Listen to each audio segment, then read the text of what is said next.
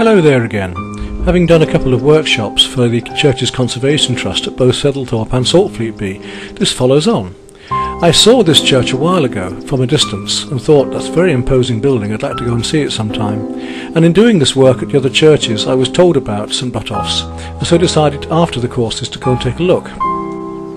On visiting, I was so taken by the beauty of the church both outside and within that I decided to do some artwork there myself, in fact make a couple of major projects about it, and this film will follow those through. But first, let's hear a little bit about the history of the church that I found out in my research. The church dates from the early 13th century, with alterations and additions in the 14th and 15th centuries in 1854 and 1871, and during the 20th century. It was declared redundant in November 1973. St Botolphs is constructed in limestone and brick with some rendering. The roofs are in slate with stone gables. Brick is used on the parapets of the aisle, the east gables of the nave, and the eaves of the clerestory. In plan, consists of a nave with clerestory and north and south aisles, the south porch, the chancel and a west tower. The tower stands on a moulded plinth and is supported by stepped angle buttresses. It has a west doorway with a pointed arch, above which is a window with 3 ogee-headed lights. A moulded string course separates the two stages. In the upper stage are 2 light windows on the north, west and south sides, and above these is a 2 light bell opening on each side. The parapet is battlemented, with gargoyles and plain pinnacles on the corners. On the gables at the east ends of the nave and the chancel is a cross finial. Along the north wall of the north aisle are 4 gabled buttresses dividing into 3 bays. The central bay contains a 13th century doorway with a pointed head, and in each lateral bay is a 3 light window. The east end of the aisle has a 4 light window and 2 buttresses. The clerestory has 4 3 light windows on both north and south faces. On the north side of the chancel is a 3 light window and a brick buttress. The east window of the chancel is large with 5 lights. On the south wall of the chancel are 2 3 light windows, a block doorway and a buttress. There are more 3 light windows, 1 in the east wall and 2 in the south wall of the south aisle. The south porch is gabled, and to its west is another 3 light window. The 4 bay arcades date from early 13th century. The piers are octagonal, carried on tall octagonal plinths. The capitals of the north arcade are plain. 3 of the 4 capitals in the south arcade are carved with a variety of motifs. In the north wall of the chancel is an aumbry, and in the south wall is a piscina and a damaged sedilia. On each side of the east window is a large grotesque corbel, painted white. In the chancel floor is a gravestone of a vicar of the church who died in 1413, and in the nave floor are 2 further gravestones with dates in the 18th century. The south aisle contains another grotesque corbel stone. The font dates from the 13th century and consists of an octagonal bowl with an octagonal base. Also in the church are monuments dating from the 19th and 20th centuries. The churchyard contains the war graves of Labour Corps soldier and a Coast Guard of World War I and a Merchant Navy soldier of World War II. So this is the angle that I want to do one of the paintings from, all the way from that door and all the way through here and right round, and then I'm going to go up to this position and try and do one the opposite way round.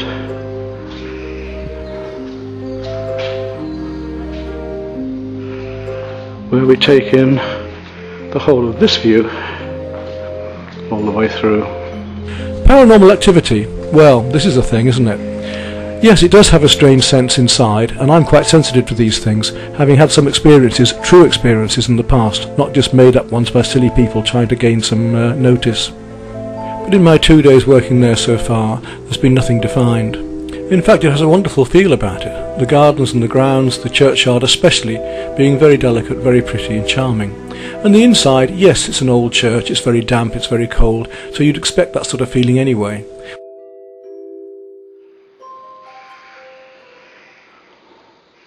And I also want the view through here as well, which is rather attractive, with all the yellow flowers and the light coming through the archway. Well, here we are at St Botolphs Church in Skidbrooke. As you see, it's an absolutely gorgeous place, totally derelict, but what an atmosphere. And at this time of year as well, with the light shining in, the sunshine outside and the flowers, you can't resist it. And for those of you who like painting small pictures, this will be a mixed blessing. This will be a surprise for you. One of my largest cancers are painted out of doors on flying there, so it'll be fun. I'm going to attempt 3. I've been quite moved by this place. This one trying to take in a huge vista, 180 degrees, so I'm going to really push the perspective into it. And I'm going to go from the other end and paint the other way. And I want to paint out of that door across to the left. under watercolour through the door inside later on. So we'll do at least 4 pictures here, if not more. First of all, I'm going to draw this out with white chalk into the dark brown. As it's mainly light against dark here, I'm going to be, I've decided to paint onto a dark canvas, trying with a dark acrylic. So the biggest problems of this is going to be both ends to draw everything out. So what I want to concentrate on today is mainly the drawing out of things, and then we'll go on to the painting afterwards. It's my intention to work in oils on 3 of them, and 1 on watercolour. And I've really got to think about how much I'm going to take into this picture, because I'm taking in a vast amount here. I'm actually going slightly behind myself, so I'm actually going beyond 180 degrees, more like 200. Because I want to get the feeling of these pillars actually coming up behind me as well. And in that case, we're going to be looking at these angles coming right back here, these pillars right back behind me, and slanting outwards to give the feeling of looking inwards. And as things come around, then we're going to get this feeling of pillars coming in like that and gradually levelling out. That's about halfway again. So that's given me some sort of scale now. And that should mean that my archway, let's see if the arch is that height. I'm trying to use my piece of chalk here to keep my arm still. The width of that arch is just under the height size. And I won't show you the drawing on all of it. I just want to show you how I'm starting off, how I'm working out this first one. I'm going to concentrate in more detail on some areas, not on others. Let's see there we go. So all of my angles coming out of this church, I now know, are going to come from that point there, like this, out, continue right through. That one the same is going to continue out. And now I know my angle into the church. Although there will be some sort of distortion going on here because it's bound to curve slightly as it goes around and behind me. So I'm going to have a very slight curve going on here as it leads in because of the distortion of it going behind me. This is advanced perspective. Quite a challenge. Now the width of the whole building. Let's take how many of these there are compared to this. I'm putting now the chalk at the top of the apex here and my finger at this piece to see how many there is. 1. So that distance from there to there is the same as from here to here, and that will give me where this beam comes across. Not always where you think, so it's really worth measuring these out. It's a slight curve. On this one it's a slight curve, on this one it's straight. It's been replaced on that. But start finding these archways and the windows here. And there's our top window angles. Lesson in drawing anyway, this isn't it? Now, next we come down to the arches. No, the arches, not the arches. You see how we're led in, the eye is led in. Always going to that one vanishing point. That means that the buttress on this one, sorry, the shelf on that one there, I don't know what the technical term is, but it's that. Now again, if that's the bottom of the pillar, I've got to come outwards from my centre point here. I've got to go all the way out, I feel this coming wider here, the same here, if that's the bottom of my pillar. I've got to come out from there like this. And then we've got to measure how many in here. Right, 1, 2. Again, I'm measuring the base of that pillar there compared to the distance between here and here. So 1, 2 approximately. Let's have a look. 1, 2, right. So about 2 of these. 1,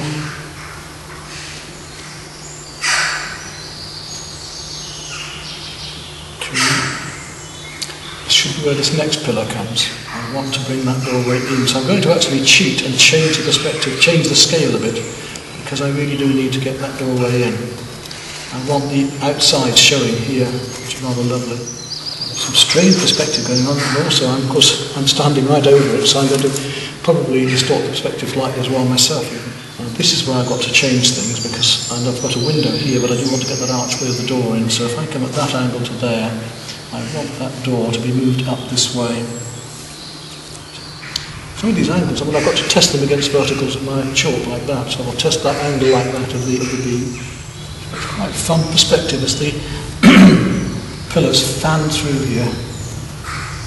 So you would have thought they'd have stayed the same, but they don't. They're coming up to go behind me here. So the chalk is the width of the entire way up the pillar. Yes, it should be about here. That just shows you how far out you can be without even realising so easily. We've got this little gravestone here, gravestone there, trees behind here. Got a nice little scene going on out there. And that panel is at least twice one of these, so it's got to be 1, 2, like that. So it can come there.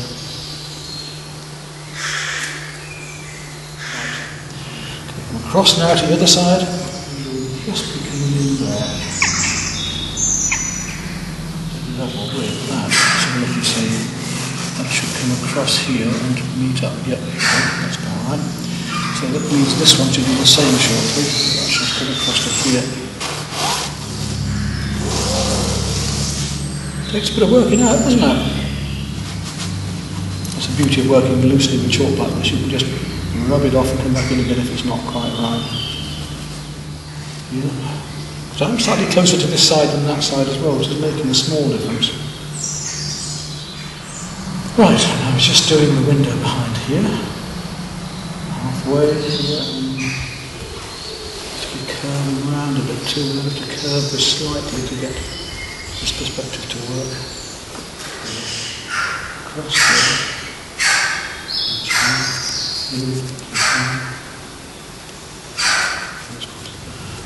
And it's these angles again. Now here, we're almost straight. Now coming out between here and there. Got perspective, yeah.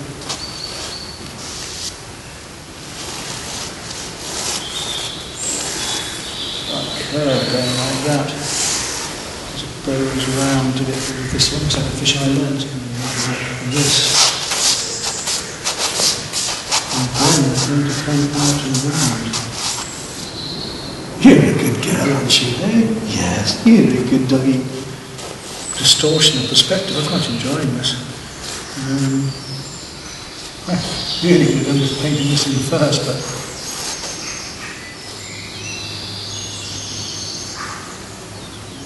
comes towards us. Now, once we've got those, if we do one this way, we've got one that way, which is... I'll figure out that out later. Anyway, that's that painting, that's the composition of that one, just worked out.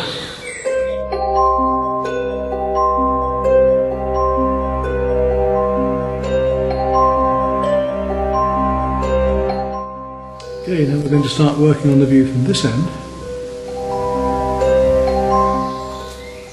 Okay, we'll start off on this one, but we won't film this one all the way through. So I've got to work out my composition first and how much I'm going to fit in. So longer this one. Following on from the discussions about the church and the paranormal, here's what's written up about the place. St Botolphs Church in Skidbrooke is among the most haunted spots in Lincolnshire and is a centre for unexplained paranormal activity, according to experts. Last week the leader revealed how the isolated abandoned church had been claimed by Satanists. Now the Bassetlaw Ghost Research Group, based in Retford, has claimed to have captured weird images on video in the 13th century church. Parapsychologist David Warmby said, "It's a very haunted church. We have found very strange phenomena we just can't explain." The 15-strong team of paranormal investigators roam Lincolnshire and Norfolk in search of evidence of ghosts. They said, at St Botolphs last summer, night vision cameras recorded images of up to 200 rods, cylindrical objects travelling at high speed in the skies. Mr Warmby said they were the first ever sighted in Britain after they were discovered in America last century. He said they are about 4 inches to a foot in length and are not visible to the naked eye. They could be flying insects, aliens or something of a paranormal nature. We have not seen anything like it, but Lincolnshire is full of mystery. Parapsychologists, ghostbusters and crackpots have been down to Skidbrooke since the 1970s, he said. He said, "We went to Skidbrooke with an open mind and were very scientific. We heard many strange unaccountable noises, saw flashes in the sky when the weather was calm, and experienced weird feelings. We saw small babies among the gravestones and grass. Behind St. Botolphs," he said, "lie the ruins of an old abbey." He said, "We have reports of people seeing apparitions of monks, and there is much folklore surrounding Skidbrooke Church, including spells, witchcraft, and about it being put under a curse. It's very intriguing." A village resident who asked not to be named said she had asked a priest to bless her home because of the strange goings-on. She said, "I felt such bad vibes. The whole place had really freaked me out. People may think it's a load of nonsense, but there is such a thing as black magic, and it is dangerous." Following on from this, Satan is blamed for church desecration. A church leader in Lincolnshire says a remote church has been desecrated by Satanists. It is claimed that St. Botolphs Church in Skidbrooke, near Louth, has been used for animal sacrifices and other satanic activities. The medieval church is an isolated area, has not been used for Christian worship for 30 years. Some local residents say the stonework is marked with black satanic symbols and the remains of dead animals have been found nearby. And it says a lack of respect. Local church leaders are to meet with the church's conservation trust, which owns the building, to see what action should be taken. The rector of Louth, Canon Stephen Holdaway, says Satanists have been desecrating this church by painting pillars black and having animal sacrifices there. No one has seen this happening because it's so isolated, but people have seen fires burning and odd activities going on. This sort of activity shows no respect for the people who are buried there. A spokesman for the Conservation Trust said the church has occasionally been mistreated in the past. He has no intent of denying public access because of the errant behaviour of a few. The Trust describes the church as a magnificent medieval Marsland church with a special charm and character. I totally agree with all of that. My own feelings are that that church was left to us in trust, and that those whose graves are there also trusted us for their privacy and sanctity. I totally disagree with such a beautiful place being used for such unpleasant and selfish actions. But my eye level is going to go inwards here and out and downwards there. A strange distortion. And that arch has to come. Let's have a look now, we're going. And that comes level with the middle of the window, so leave the window here, that's the piece that sticks out. Yep. Here.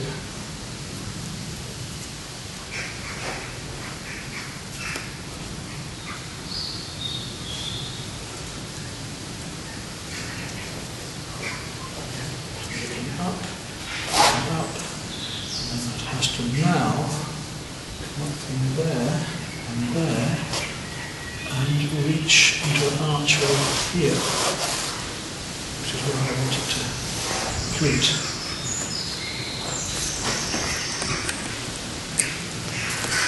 So, the arch is in there, and we'll start working on the windows, the beams which come in between here, here, here.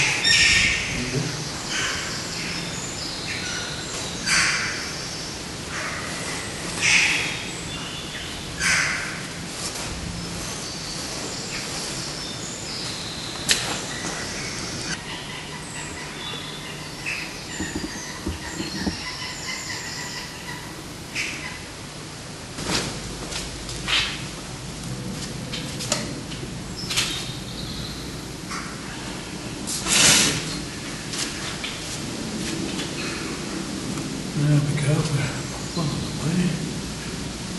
Look at these. We'll go from there to there.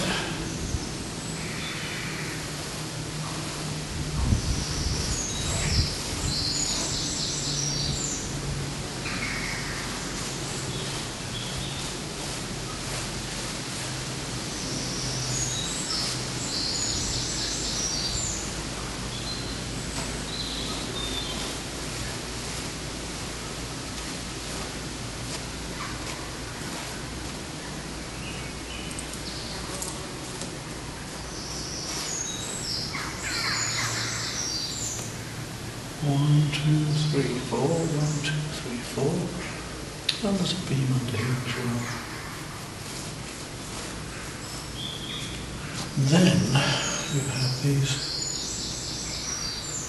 arms that come from there to there, and back.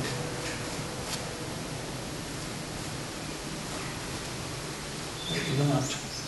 And those are the ones that have these little points on them like that, which are rather nice.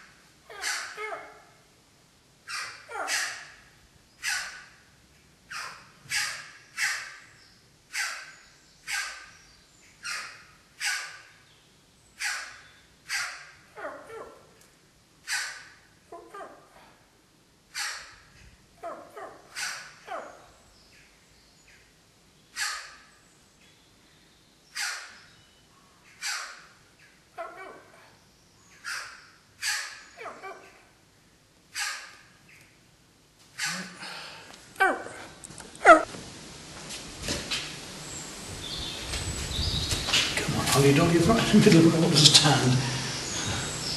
Good girl. So we're now down these walls. Let's see that comes in line with this here. Now it's going to go down to that point as well. So it should be coming in like that. And from there, we've got something similar up here. Beams.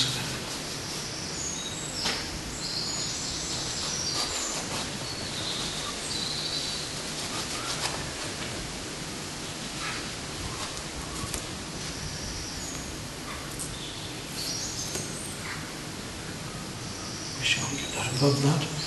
I'll try and find these windows here. If that's where that wall comes round to, then it's going to come out. That's going up to that same point, down through here, so down through there. So that point there, and there.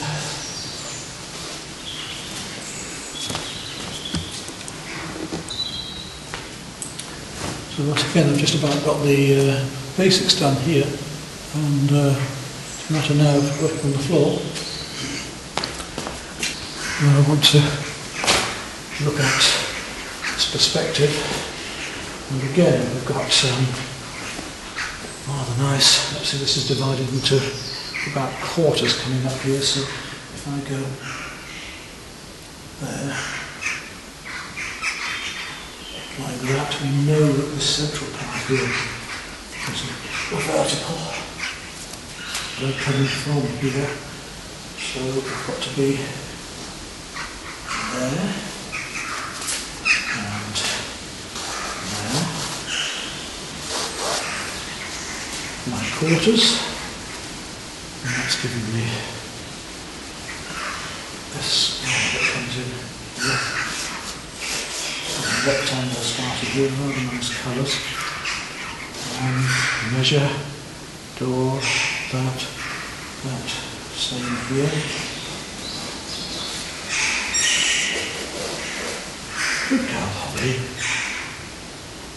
And that should be the same distance in there.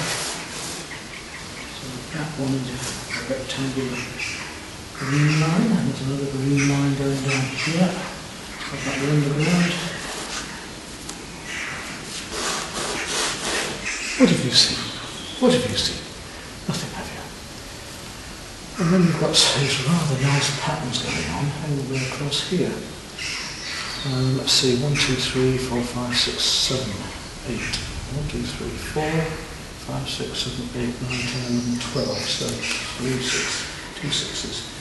All the way across to there. Very big. 5 goes into 3. 5 goes into 3. We've got tiles in there. Going across again. To have somehow a line of tiles coming inside. Oh no, it's not in there, it's here. Inside. Here. So there.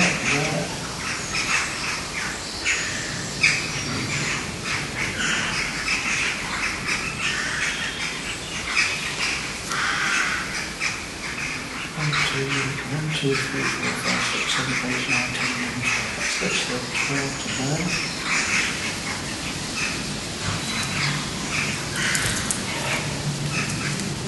It's a bit of working out on this. Right, so we know that those tiles are about that. I'm going to go in diamond shape there.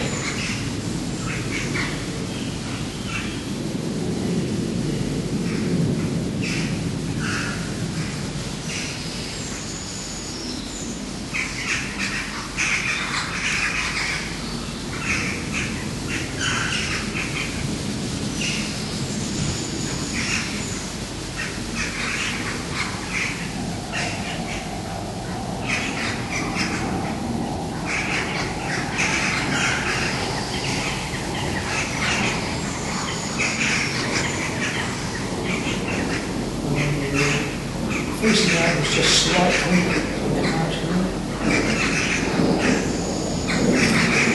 And then they come down the same down here to the central mark here. Across. Down towards us.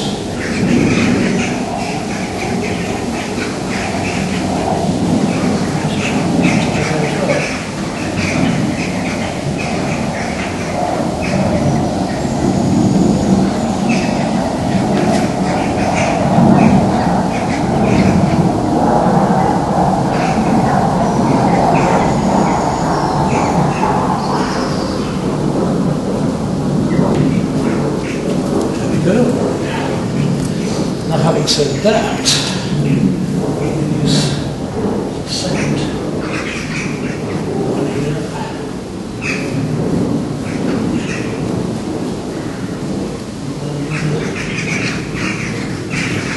These still in here. Go to there. 3 lines of tiles. So 1, 2, 3. Tiles there. 1, 2.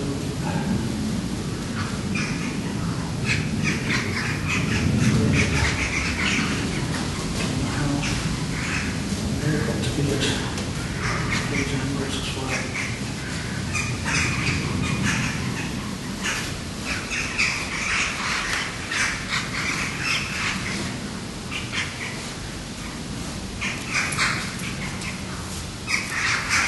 Right, carrying on from this cement towards the engine plant.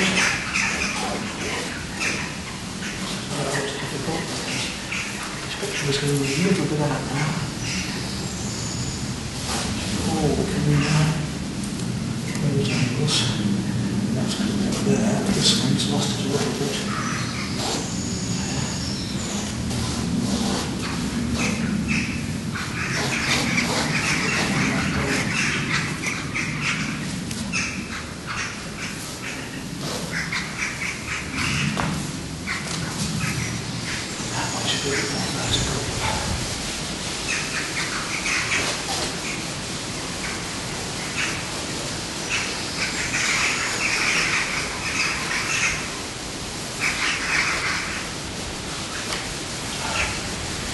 And the distance.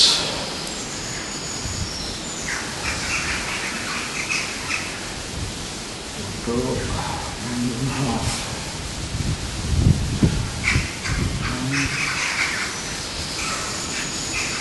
About there.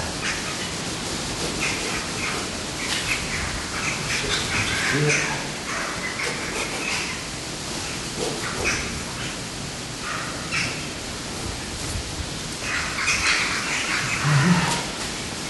It's too large. 2. So, no, not really. So 1, 2. Goes. No, it's not far out. Actually, not as much as I thought. Cutting back here, just between these two pillars. here.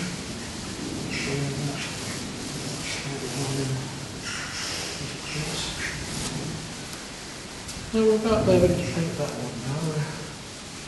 Just need to get some what's perspective on it. Yeah.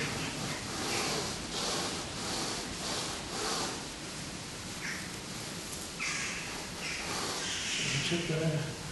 Here.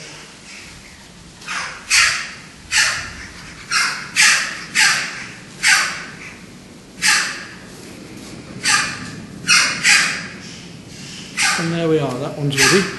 So our next one now is to go on and do the watercolour, the drawing for the watercolour at the front entrance.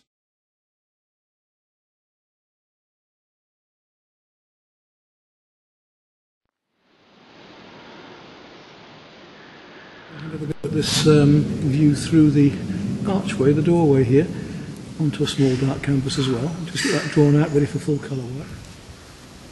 Good girl, being a good doggy, aren't you?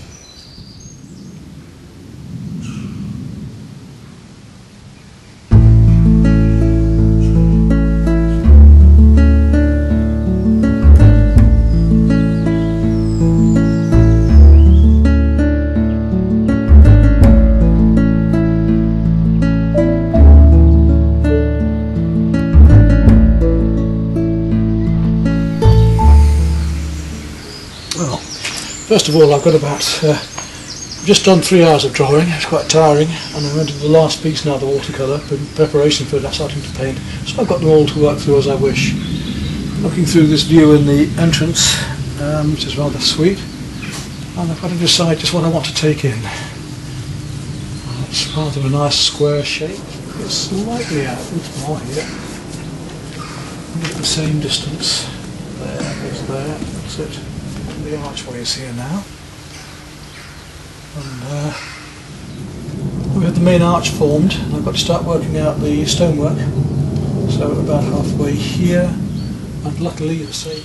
And I want a little bit of window, just showing in here as well. Now, which painting am I going to do first? Shall I carry on with this one, the watercolour, or do I go back and do the oil? I think I might go back and do the oil actually. Rather foolishly, I've left my white paint behind, so I've got very little white paint with me. I've got to try and do this picture using just a little bit of white.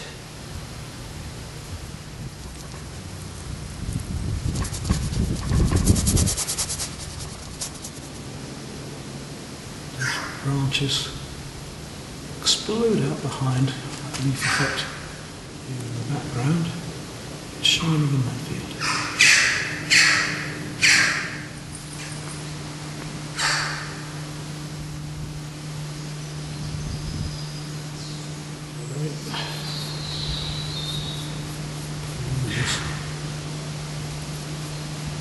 Straight away what to lose.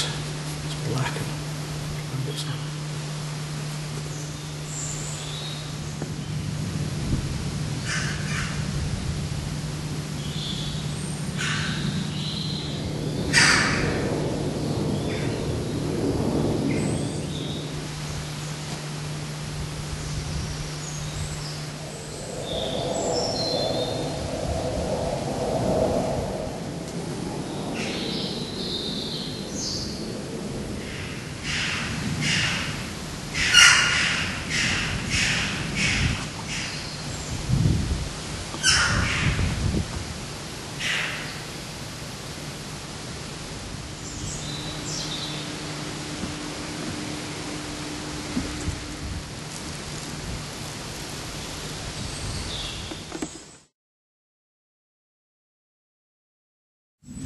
Well, what I'm going to start with is the background doorway here and the windows, these very light objects, just to get those established, and I should go in quite loosely with my very limited palette. Here I'm not going to use a limited palette, I want it to stand out and shine out. In the rest of it I'm just going to use the ultramarine blue, Prussian blue, burnt sienna and the raw sienna. Here I shall use whatever colours I like. Nice. So I'm going to just use a very, very light wash of the turquoise behind here. Right, now I've got that turquoise established, I'm going to start working my way down the greens. I should really put masking fluid in so that I get those little bits of yellow for the buttercups, but and celandines. But in this case, no. I'm going to first of all go slightly stronger in the background with the blue, and just take a little bit of cerulean, slightly darker than the turquoise. I'll put that in as a background here. That's it there. Just let that soften down. Let that dry. Now below that I want to start tinting in my greens, so I'm going to take some Aureolin yellow and just let that come in down there, again softly. I shan't be using greens as strong as this soon. Again, I'm going to carry on down with that Aureolin yellow, going a little bit stronger here again, all the way down to there. I want to go to a warmer, slightly bluer green, so I'll take my raw sienna and a bit darker down here especially.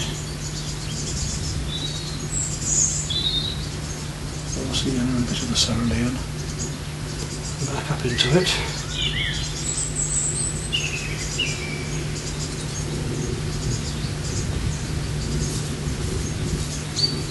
A mass of daisies throughout here, so I'm making it just speckly there.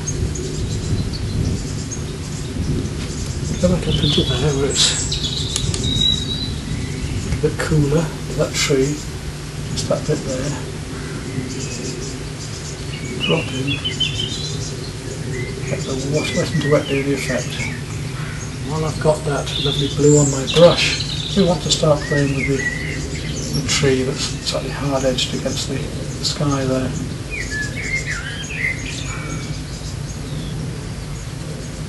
Lovely sound of blackbirds and skylarks around me, this beautiful Lincolnshire countryside.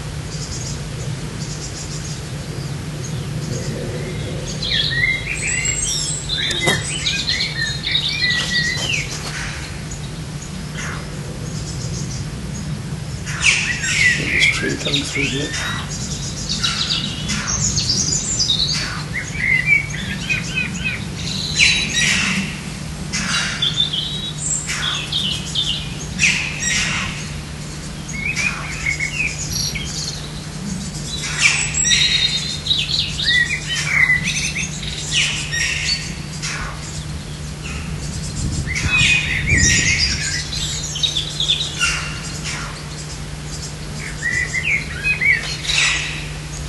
Add some green into that.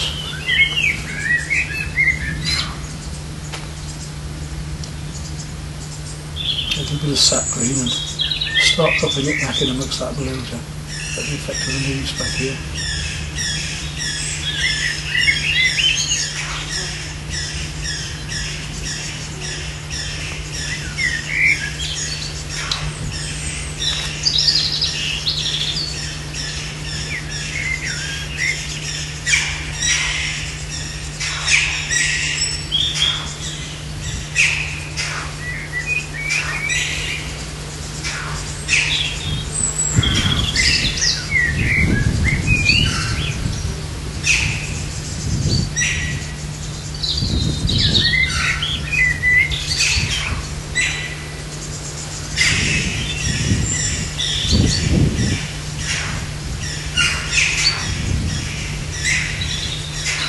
There we are, we'll let that dry off. I'll get some effects, we'll let that dry off before we put any of the buttercups back in.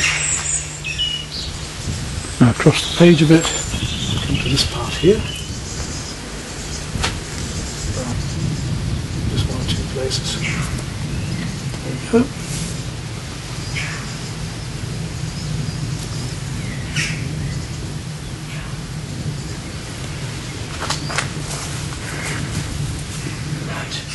Now I'm moving to my trusty old oval mop, and we're going to go down to the limited palette.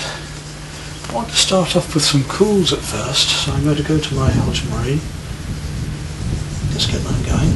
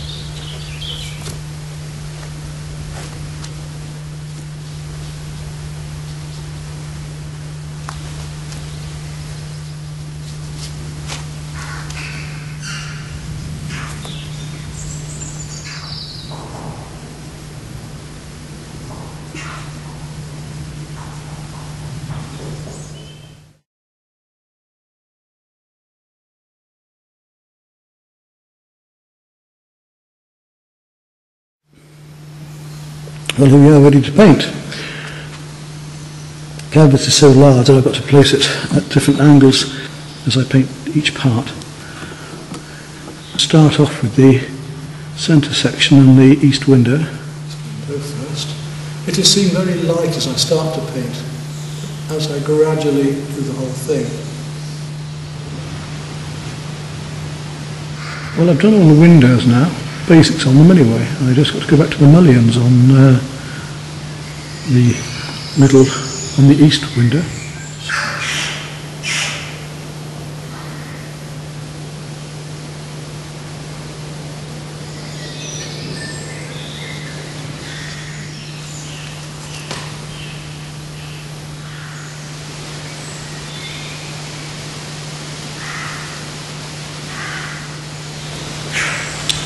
Now I've finished the windows throughout, or just about, I need to move on to the wall here, and I've got to start squinting down and looking at tones and just what colour effects I'm going to want to get from this. Thin paint just to find my tones.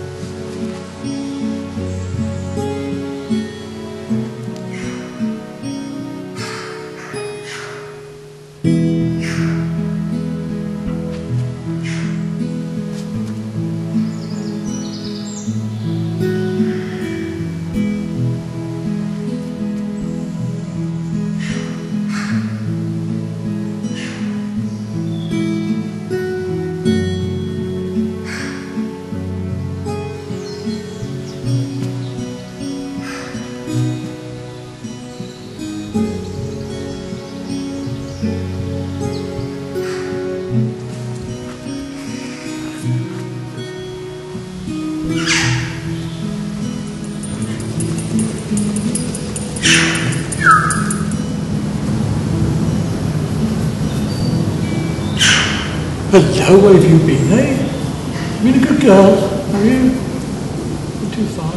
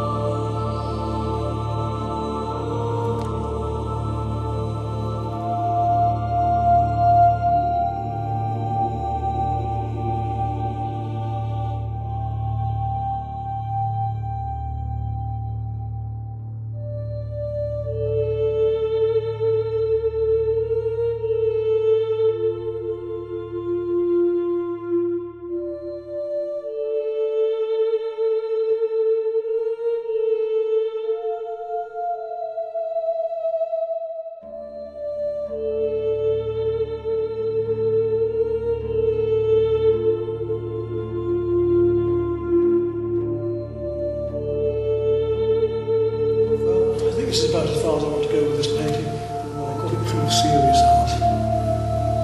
And now for the next one.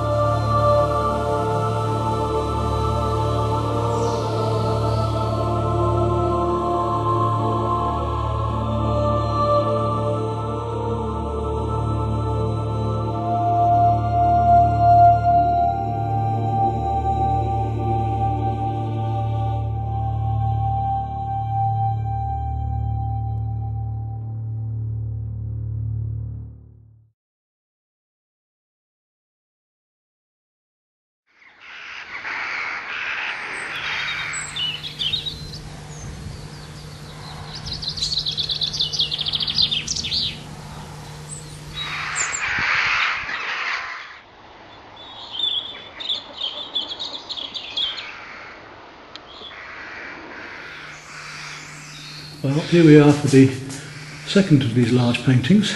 This time I'd like to push a bit more colour into this one, a bit more impressionist perhaps. Right, what are we going to do today? Right, I really look for these colours today.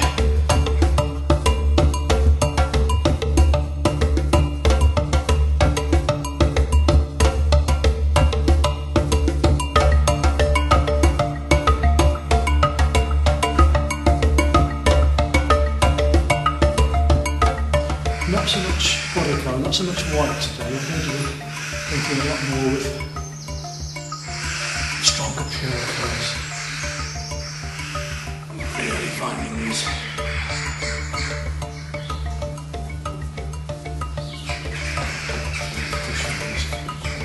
beautiful colours that are in here.